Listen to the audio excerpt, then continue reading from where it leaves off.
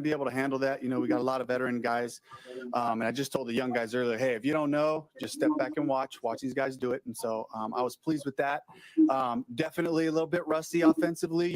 It's you're throwing on air and all of a sudden these windows get real tight, and our defense is starting to close zones. Love the way I heard them talk out there, communicate from a defensive standpoint.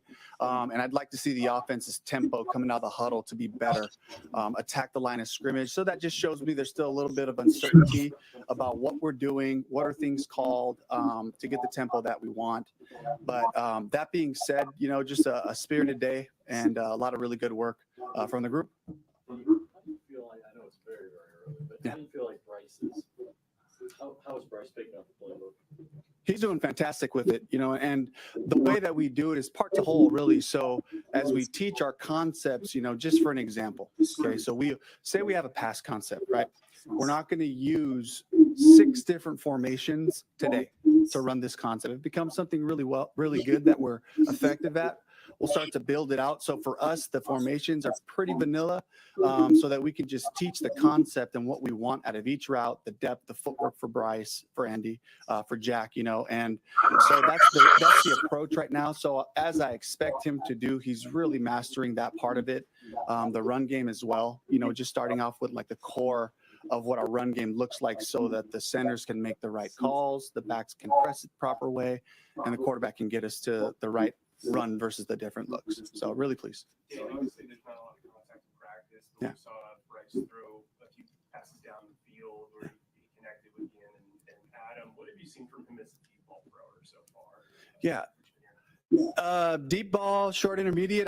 He's a really accurate passer. I think one of the things that I love is I can really focus in on his footwork and his base and the mechanics of where his eyes are at when I know the ball's hitting the receivers. And so, for the last couple of weeks, been throwing on air. I don't have to worry about where the ball's going. He's very accurate. Andy, the same thing, and I know they're pros, right? So people have this expectation that quarterbacks are accurate, but I know that some guys are more accurate than others. So I think it's the ability of Bryce to be able to throw to different body types, different speeds, different quickness at the top of routes. So I'm really impressed with that part of it.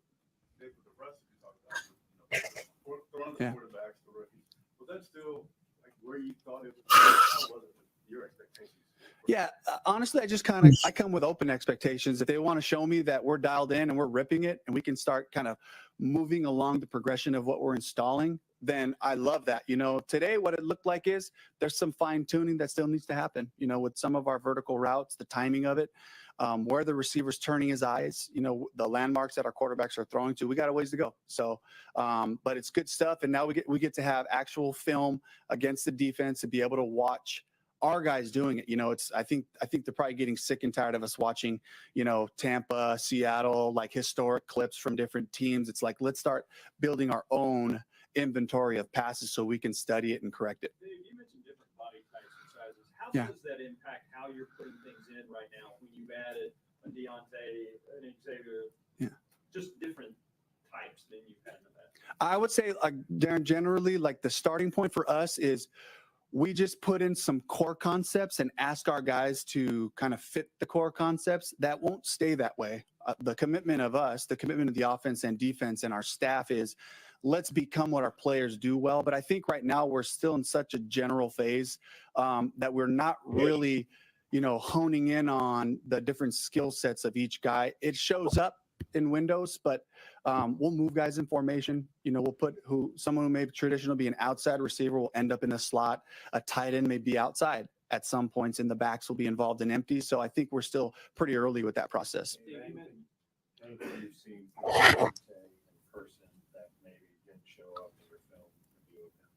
I think what you see on film is kind of what I've been seeing in person. So it's his ability to get in and out of breaks at the top, quickness, the pace of how he does it, the setup. This is a guy who's played a lot of football, and so you can see that really show up when you get into the team type of settings where he's just, he's been playing so long. He's got really good eyes in terms of what the coverage shell might be. Where are my defenders at and where does this route stem need to go based on what they're doing? So you can just see the natural way he plays football. You mentioned, you touched on this earlier, the young guys, where were they? Where did you want them to be and where were they coming in after rookie minicamp? And can you use that as an evaluation of your coaching staff and how they're teaching? Yeah, I think partly, our approach has been, especially with them, only getting them for a couple of days. Like it was high level. Here's what the huddle looks like. This is the different. This is the letters we use in these formations. Here's our formation families. So it's really big picture. So I think I saw them just kind of saw their wheels kind of spinning a little bit today, and so I would expect them to gradually get quicker. And I can always tell by how the huddle breaks. And if a guy's kind of slowly coming out, he's thinking, and so there's a lot of good thinking going on out there. And that's about what I expect.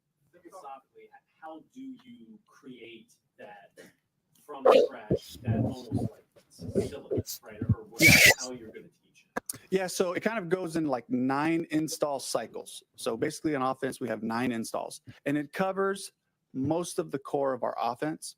And the goal is to go through those 9 installs 3 times in the off season. So in phase 1, it's a lot of classroom time, very little on the field. So we're taking it through them there, PowerPoints, visuals, video representations. Phase 2, you get out there and you actually practice the plays a little bit more with the full group, and you kind of repeat those 9 installs. Then you reset for phase 3. Here we are. We got 9 OTAs. So each day we'll hit one of those installs.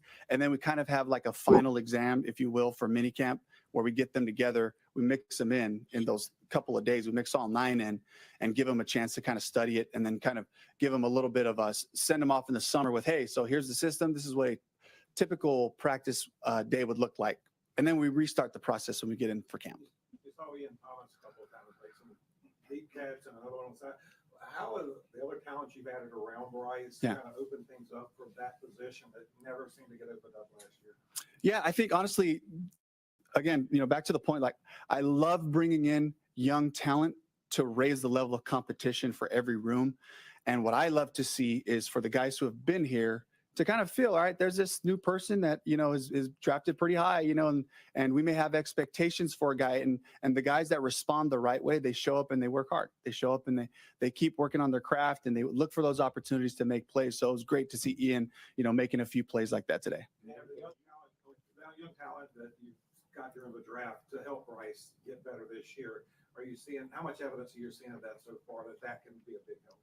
I think it's probably back to my point. Those guys are still really in a learning process. But I do get excited to see them in individual drills, to see the specific body movement of Xavier, to see JT, and just some of the younger guys come in and really working on their craft, trying to master it. So I'm excited about getting them up to speed so we can really see what we have. But it's really early. They've got a long way to go in terms of learning what we're doing.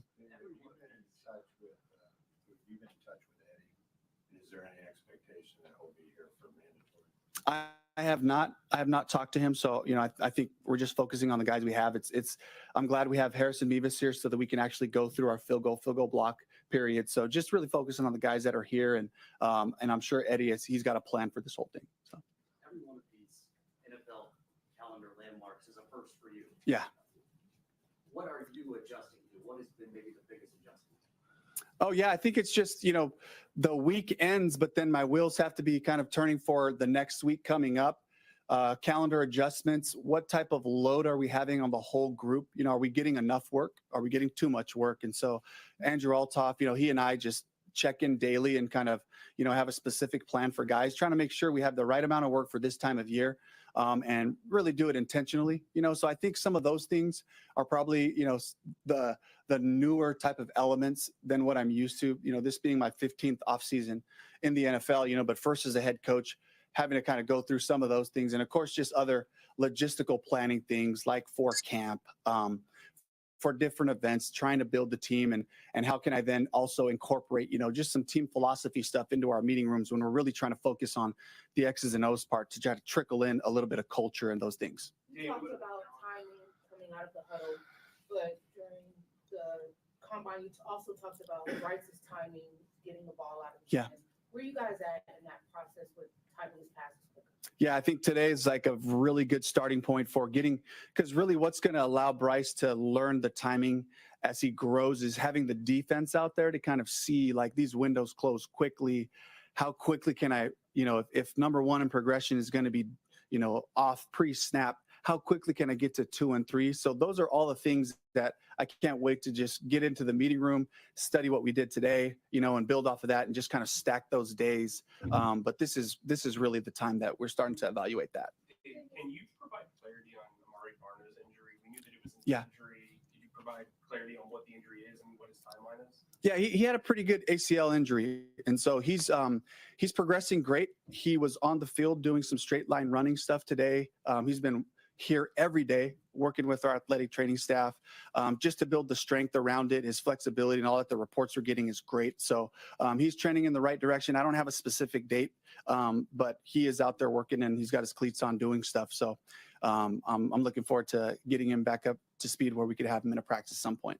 Davis, Bryce and Austin sort of work on building that connection. Is there anything you can do outside of reps to maybe facilitate that chemistry?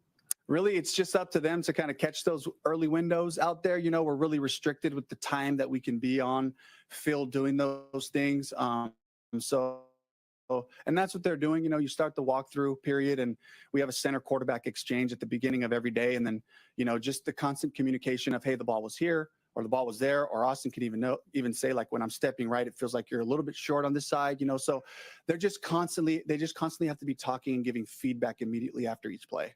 Do a couple more as guys going to Germany. Yes. That's just none of last year. Some teams were early. Yeah. But a chance to sightsee, and some went late, just have to walk. Any thoughts on that so far? Yeah, I think it's our competitive advantage to kind of do it a way that I've seen that's worked. So I don't want to give too much information about that. But we were there, Seattle, Tampa. We were there 2 years ago in Germany.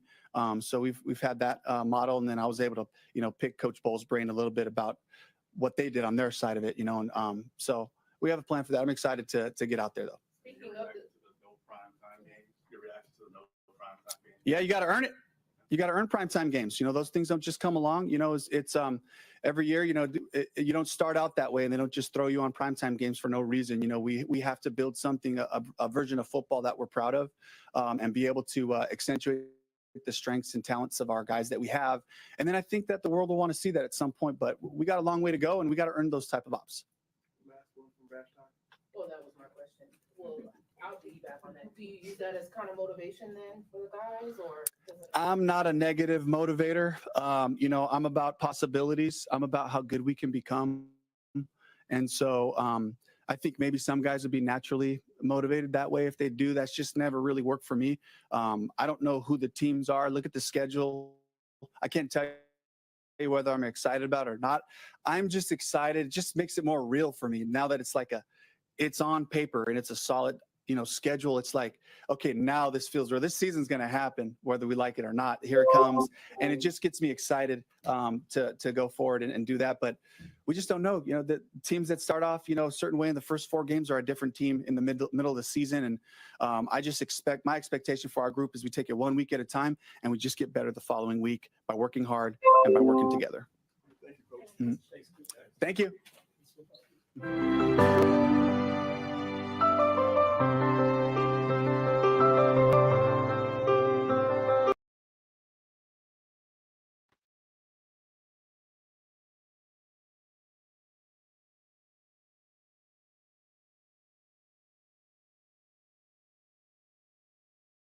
All right, so real quick, let's go over some things, that Coach talked about in his press conference. One is that Amari Barno is still, coming back from ACL injury. He is running in a straight line, but he is not 100% yet. Another thing is that Eddie Pinheiro, they have no timetable for when he will show up. I guess he's sort of having an issue with his contract situation. He wants a new contract, but Harrison Mevis is there. Harrison Mevis did go 5 of 5 from field goals today. Jadeveon Clowney was not there today. Dave Canales also said that Bryce Young's accuracy allows him to focus on other things such as mechanics and footwork, just because he knows, every time he sees Bryce, that Bryce has really good footwork. What else did he talk about? He talked about how for the young guys, he can tell that they're doing positive thinking, just based on how they're coming out the huddle. But he does want them, to start speeding up their process so they feel comfortable coming out the huddle. And he wants to see better communication and better tempo from the offense. But he said Bryce is doing fantastic with picking up the new offense. Ian Thomas had a good day. Adam Thielen had a good day today. Jordan Matthews had a good catch today. So just, but players who were not there, Robert Hunt wasn't there. Again, this is voluntary. So Robert Hunt wasn't there. Jadavian Clowney wasn't there. Eddie Pinero wasn't there. Chasen wasn't there. Mike Stranchian wasn't there. Josie Jewell wasn't there. David Moore wasn't there. Robinson on the defensive line wasn't there. So that's just some of the names that I saw. Mostly a veteran thing. Veterans don't feel like they don't necessarily need to go to all the optional stuff that they got it, based off with doing their own training, their own thing at the crib. So nothing wrong with that. But just wanted to watch the press conference. Part of what this channel is I want, to inform the fans, to talk to the fans, and see what's going on with Panther Nation. The biggest thing is I want to keep myself up to date with what's going on. So I'm glad I got to watch this press conference, and I'm glad y'all got to watch it with me. But this is your boy, Mr. T-Money 1993, aka Straight Fast. That's all I speak on this YouTube thing, aka the original Panther fan, man. And I'm out. Appreciate it. Make sure you like, comment, share, and subscribe to the channel. We're on the road to 1,000 subs. I'm out.